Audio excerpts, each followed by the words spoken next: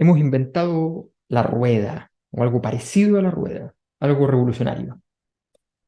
El pre-lanzamiento de libros. ¿Cómo dirán ustedes? ¿Un pre-lanzamiento de libros? Sí, es posible. Los accidentes, la serendipia nos ha ayudado.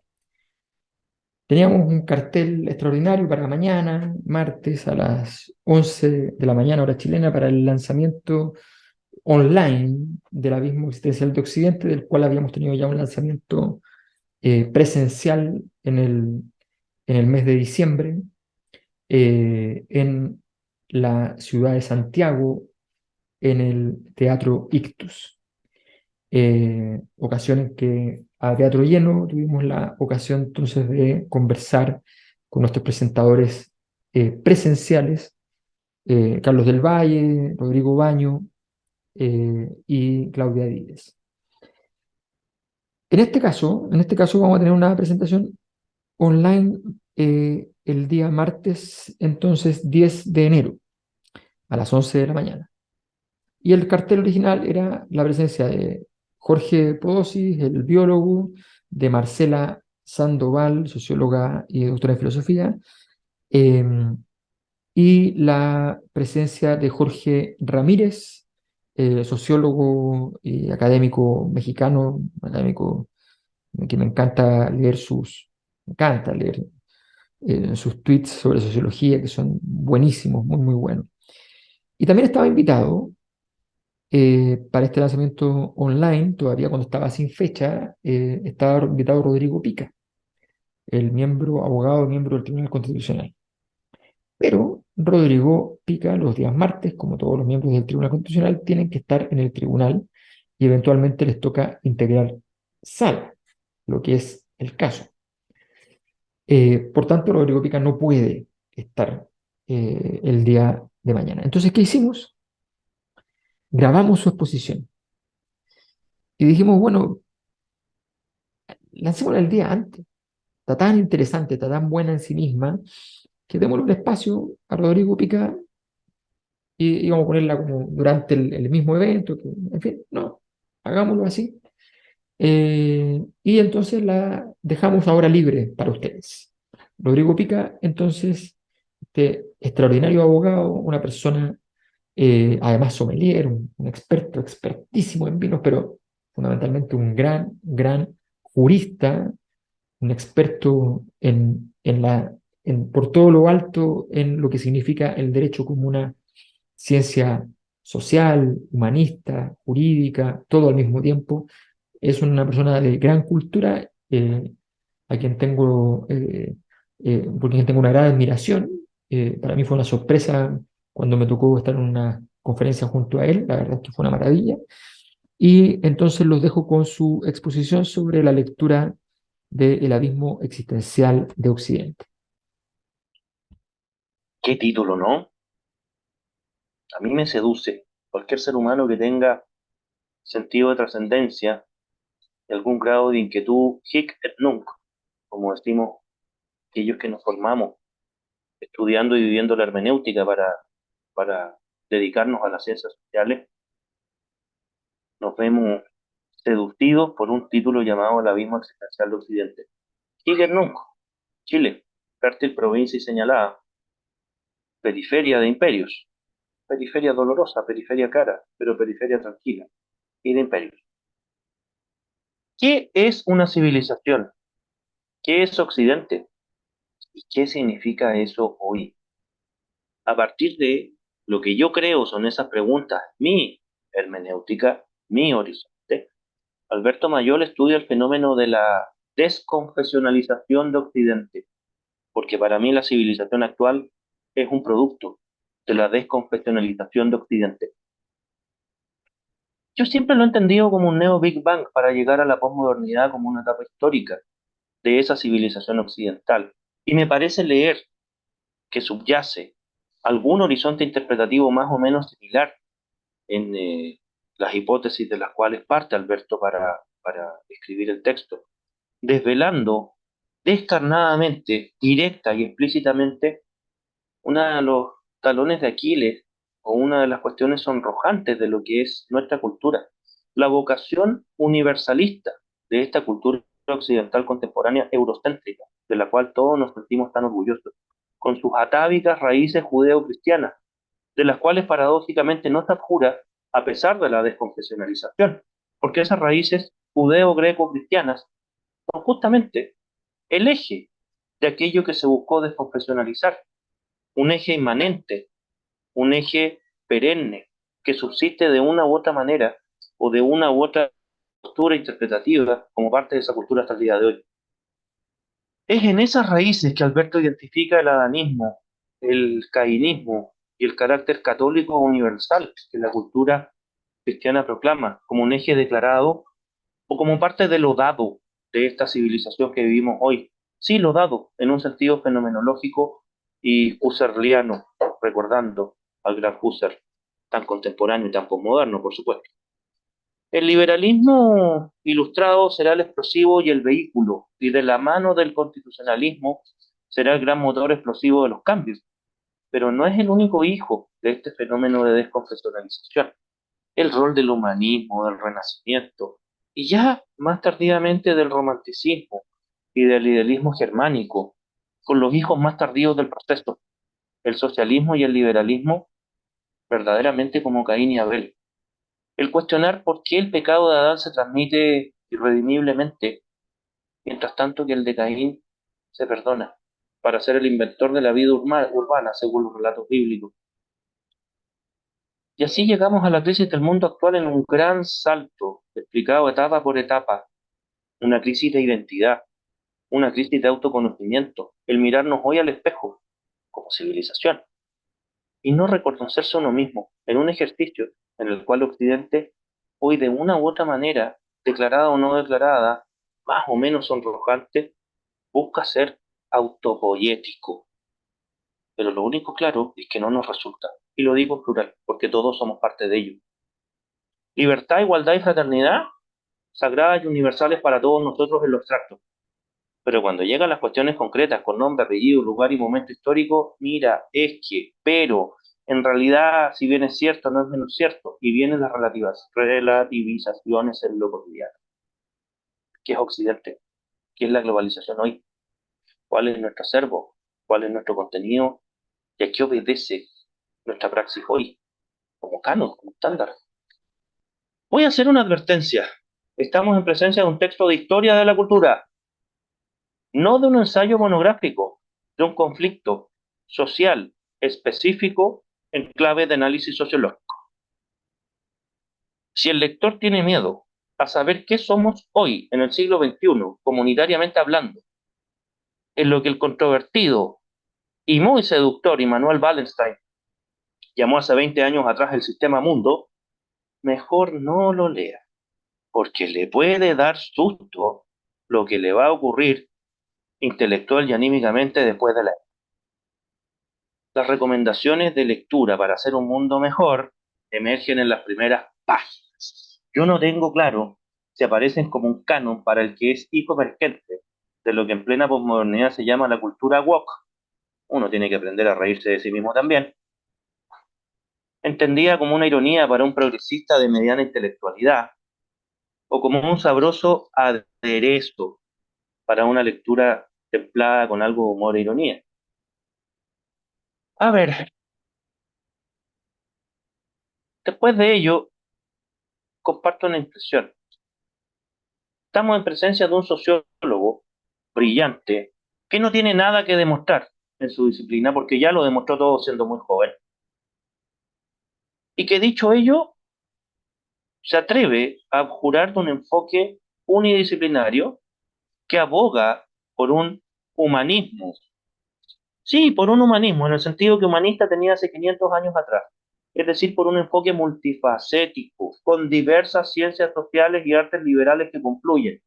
Un enfoque caleidoscópico, a ratos, lo cual, por supuesto, es un aporte y una virtud. Nos hace mirar en el espejo lo que somos y asumir tremendo desafío de tratar de interpretarnos. Sí, voy a hablar en clave de ciencias políticas postmodernas, sacar al homo hermeneuticus que todos llevamos dentro y atreverse a sacarlo sin miedo.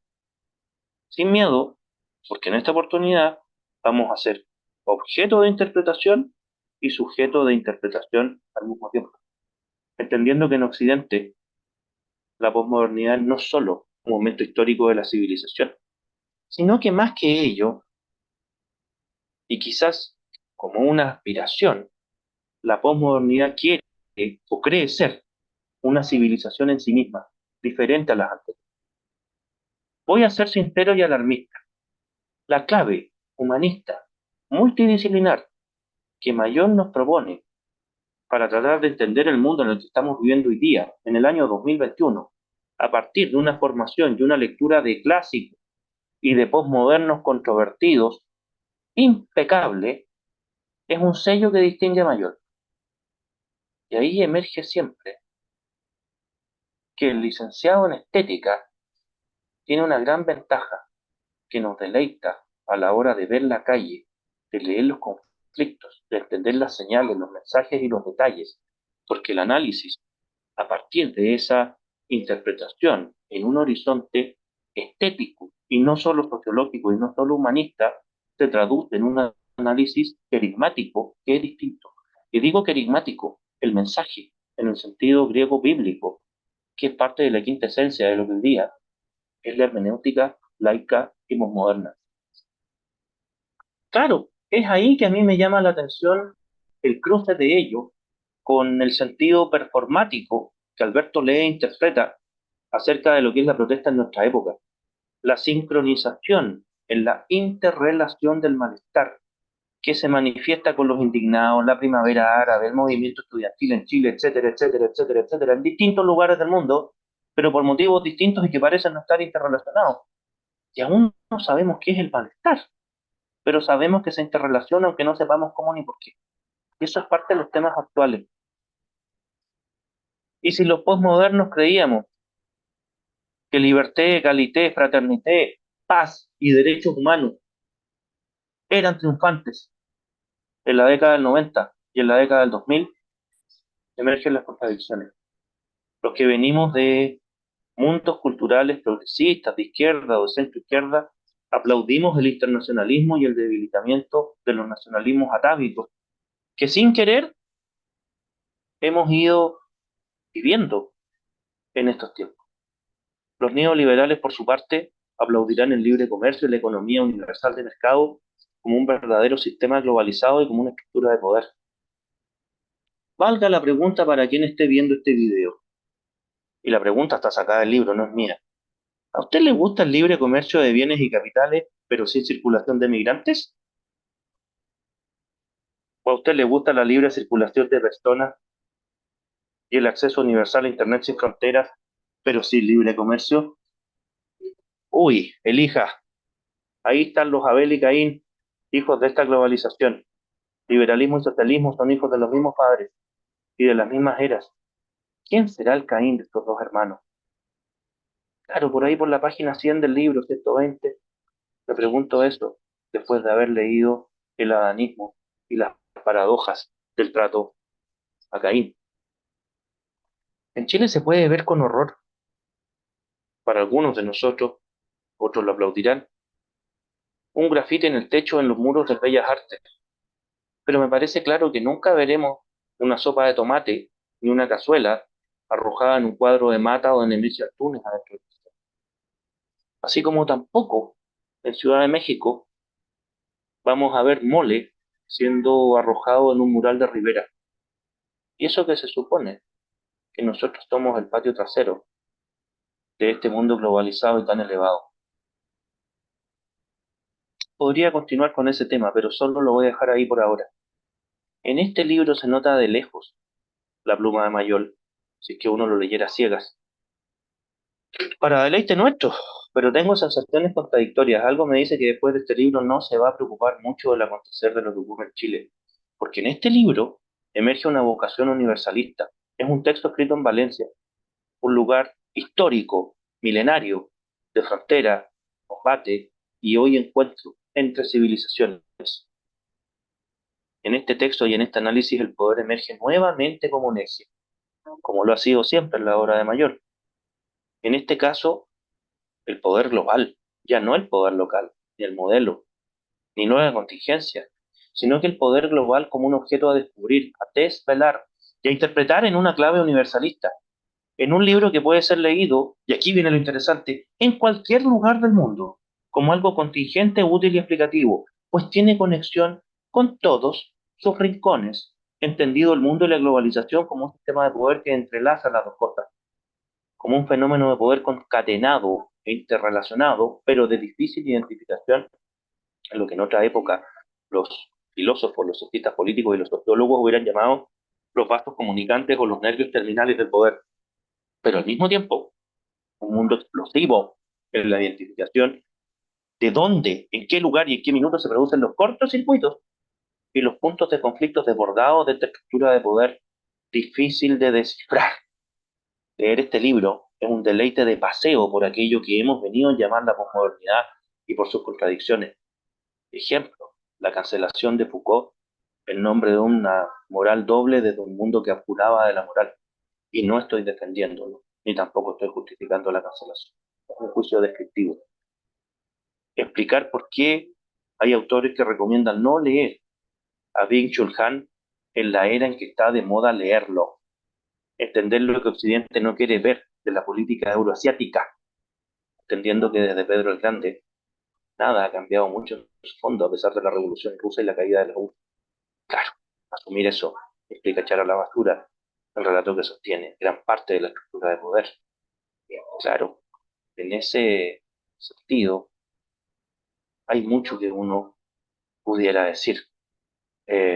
Por ejemplo, atreverse a releer a Spengler sin correr el riesgo de volverse un nazi posmoderno o un neofascista en un mundo como el actual es un esfuerzo loable y en este caso además muy fructífero, pues si algo nos enseña la posmodernidad es que el mundo de la razón se impuso de tal manera que la racionalidad fue efectivamente hegemónica y que hasta Oriente terminó inmerso en este orden de la segunda posguerra que la racionalidad occidental logró concretar.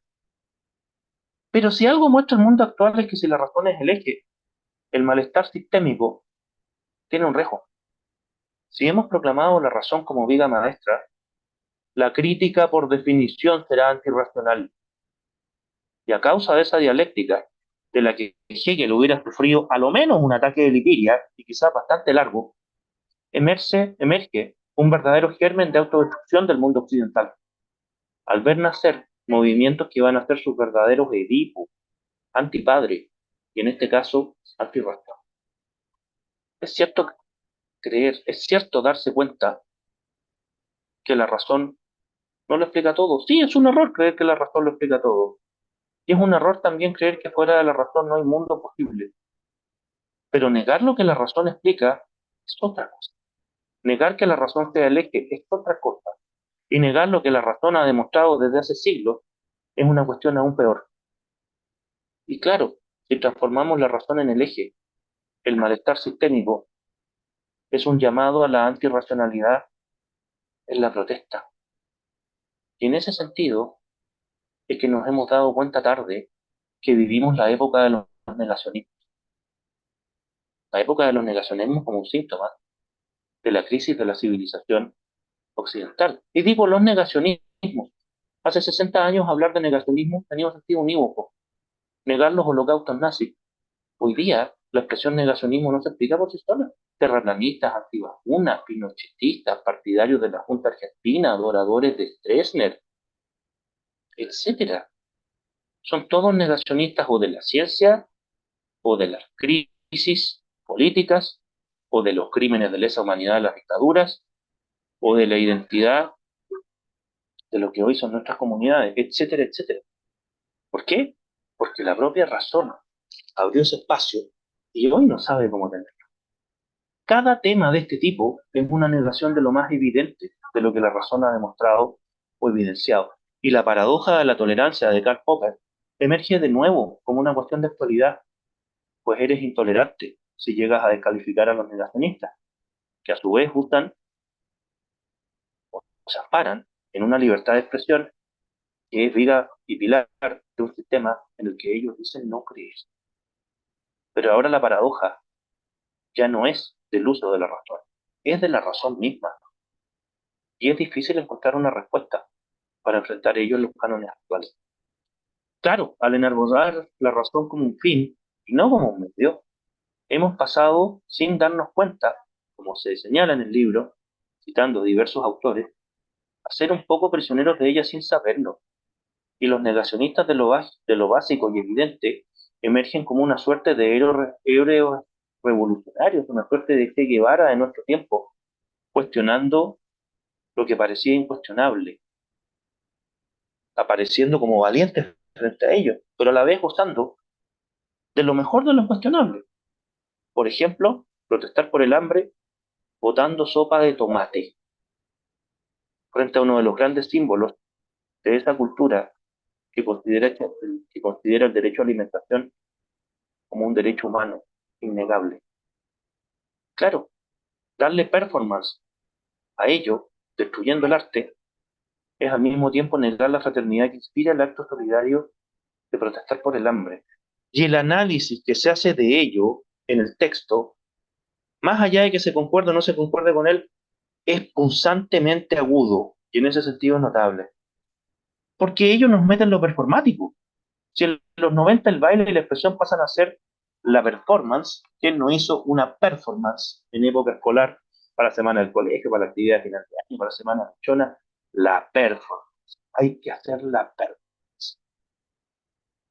Y esto que emerge en los 90, ya en el siglo XXI, nos aporta un tema digno de ser observado. La performance parece importar más que el mensaje y el contenido de la misma.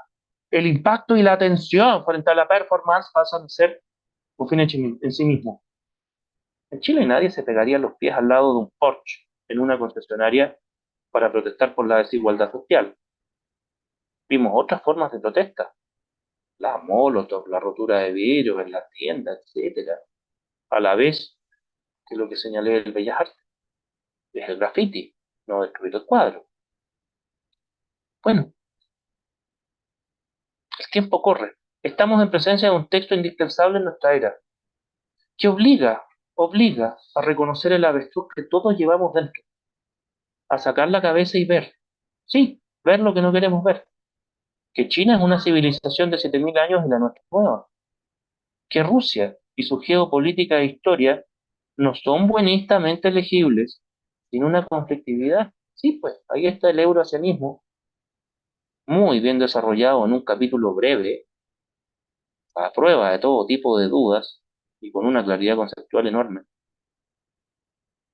El pan-eslavismo, el euroasianismo son ilegibles sin conflictividad. Y claro, para entender eso, hay que asumir que lo que nosotros llamamos democracia es algo nuevo en la historia. Sí, la democracia representativa, liberal, es algo nuevo en la historia. Y fuera de Europa y fuera de América, no se le valora tanto como acá para estupor nuestro. Y a su vez, los derechos humanos, que son una de sus grandes conquistas y avances de la humanidad, por esas paradojas de la humanidad, no son tan apreciados justamente ahí donde se les necesita, al punto que incluso se les ve como una forma de neocolonialismo, lo cual, claro, llama profundamente la atención para el que no conozca el fenómeno. El raconto, la interpretación estética, el análisis de lo performático como medio de expresión son un signo indispensable en nuestra época que a veces pasa de largo. Y el texto de Alberto se detiene en su análisis. Un análisis en el cual los símbolos, las señales, las sensaciones, las rabias, las pasiones, más que el conocimiento y la razón, importan, marcan y dirigen la interacción. Y ello es una paradoja, porque parece que la evolución de la racionalidad apuntaba a lograr lo contrario como objetivo. A ver, voy a decir algo. Como hijo de la generación en la que estoy inmerso, me enloqueció, me enloqueció ver la apelación a la Clau, a Wallerstein, a Tony Negri, en las citas para entender lo que hoy día es el poder global, a la vez que hacer el incómodo contraste entre Weber y Marx, algo que en nuestra generación era un verdadero tabú, algo que no se hace a sabiendas de que es necesario porque, digámoslo, estos matices polémicos y contradictorios que tienen un marco histórico empírico, remueven los cimientos formativos de cualquier intelectual moderno y preocupado de los fenómenos sociales. Claro, a su vez hay una clave que en Chile se estudia, se significa poco. No le damos la relevancia, pero es una de las piedras angulares para entender lo que es el mundo actual. Causas y fin de la Primera Guerra Mundial, con énfasis y eje en la caída del Imperio Alemán. Lo que viene después, la Revolución Espartaquista, las fallidas repúblicas soviéticas europeas, la bávara, que cae por salvar la propiedad privada. Sí, no es la única, la húngara, de la que el muy hereje para los estalinistas, Georgi Lukács, fue canciller. Aquel proceso en el cual el ejército polaco termina derrotando al ejército rojo en las puertas de Varsovia y le impide entrar en Europa Central y en Europa Occidental. Y en la misma época, la quebrada socialdemocracia alemana termina restaurando el orden. Y entre polacos y alemanes, sin darse cuenta, terminan, entre comillas, salvando, sin querer y sin saber, a Europa Central y Occidental de la expansión de la Revolución Rusa. Fenómenos que en Chile poco estudiamos y poco entendemos para, para poder apreciar e interpretar lo que ocurre hoy, 100 años después. No es casual.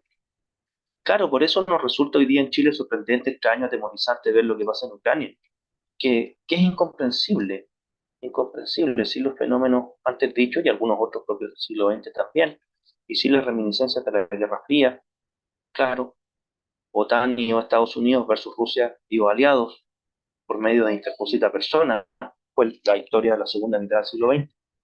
Y claro, actores similares, el mundo desgarrándose, mientras el dragón celeste de los 7000 años despierta lentamente. Como dijo el emperador Corso, el gran Napoleón, contradictorio emperador liberador, europeísta, y para nosotros que no somos abogados, uno de los padres de lo que es el derecho contemporáneo. Dejad que el coloso chino duerma, que cuando despierte el mundo irá terriblemente. Mientras tanto, Occidente y la globalización son incomprensibles sin leer y releer ese magistral texto de Weber llamado La ética protestante y el espíritu del capitalismo. El quiebre de los códigos, la comprensión del mercado, la disociación entre la política y la economía y las consecuencias de la autodeterminación moral del ser humano ligada a las decisiones económicas por un lado, las políticas por otra y la autodeterminación moral. Podría seguir, hay que ser respetuoso del tiempo y también de quienes presentarán el libro, y a partir del contraste emergerá la polémica y un análisis más interesante. Todos tienen el derecho de considerar una burrada todo lo que estoy diciendo y lo que acabo de decir. Pero a mis 43 años vuelvo a preguntarme algo que me cautivó al leer a los Marx en los 20. Y digo los Marx porque si bien hoy día esto está en cuestión, en esa época se hablaba del Marx joven, del Marx viejo, se hablaba del Marx del capital, del Marx del manifiesto, del Marx de la crítica a la teoría de la economía clásica y del Marx que reacciona al Congreso de Gotha. Pero después de leer a los Marx, 43 años después, en el mundo actual, leyendo el abismo existencial de Occidente, yo me reformulo la siguiente pregunta.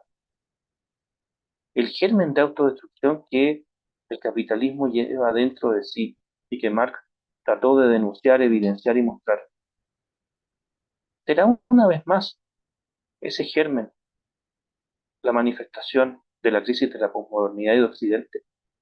Algunos dijeron que lo fue la crisis del 1929, otros quisieron verlo en la Segunda Guerra Mundial, de la cual salió victoriosa la Unión Soviética y Occidente también, al mismo tiempo. Y ahí emerge el mundo bipolar. Otros la vieron en la crisis subprime, de manera un poquito más cambótica, por decirlo suavemente. ¿Será ese germen de autodestrucción de esta etapa del capitalismo lo que estamos viendo como abismo existencial de Occidente? Lo planteo en la perspectiva del Marx sociólogo, no del Marx ideólogo ni del Marx dirigente, sino que en análisis sociológico. Yo no me atrevo a afirmarlo ni a negarlo, humildemente no me da para sostenerlo, mas el tema siempre vuelve. Y tras entender lo que es el abismo existencial de Occidente hoy, si hay algo claro, es que la lectura del libro deja inquietudes, temores y preguntas. Pocas respuestas resultan sostenibles, pero estamos en presencia de un texto cautivante y descarnado. Weber fue profético. Hace 100 años escribió, ya en esa época, que somos prisioneros de los bienes, que nos dieron más ataduras en lugar de darnos más libertad. Algo muy parecido a lo que dijo Mujica tras dejar el poder, cuando le preguntaron por qué no se compraba una casa en la playa, por qué no cambiaba el auto y por qué no se iba a vivir a otro lugar con algo más de grandeza y lujo. Bueno, eche esa reflexión. ¿Qué es Occidente y qué es la posmodernidad hoy? No lo tenemos claro. Ni siquiera los orgullosos de ser posmodernos. Somos burgueses cosmopolitas. Sí, lamentablemente los que podemos costearlo, que es parte de la desigualdad actual. Un mundo que proclama el universalismo como un derecho y un eje, no todos pueden ser universalistas. Sí, los universalistas somos los burgueses cosmopolitas. Yo ocupo ese término porque es el insulto que los estalinistas lanzaban a los socialistas moderados e internacionalistas hace 80 años. Y sí, cuando uno puede ser un burgués cosmopolita, termina haciéndolo con orgullo. Quizás un poco tarde uno se da cuenta que la globalización en gran parte es ser un burgués cosmopolita en su cara amable. Derribar los muros de los nacionalismos atávicos, belicosos, excluyentes y jerarquizantes, pero a la vez asumir que emergen los nacionalismos locales que estuvieron sojuzgados por los grandes nacionalismos. Las identidades regionales llaman muy bien, los orgullos de las culturas locales como una reacción a esa hegemonizante imposición de una cultura única, a la cual la globalización tiende queriendo o no. Claro, y en estos fenómenos emerge el odio y la fraternidad, una vez más, como valor de este universalismo liberal que está en la columna vertebral y en la médula de la globalización desde la Revolución Francesa. Esa fraternidad vuelve a ser postergada. Voy a concluir reiterando algo con lo que partí. Este no es un libro apto para que el consciente e inconscientemente esté en el marco de lo que en el hemisferio norte se llama la cultura woke, la cultura del despertado, teniendo por ello a los que despertaron recién, se dieron cuenta la semana pasada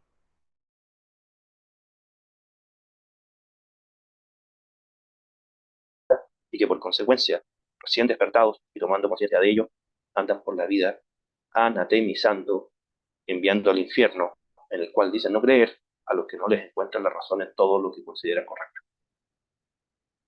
A ver, en mi clave individual, muy humildemente volveré a leer el libro para profundizar el conocerme a mí mismo en este abismo existencial.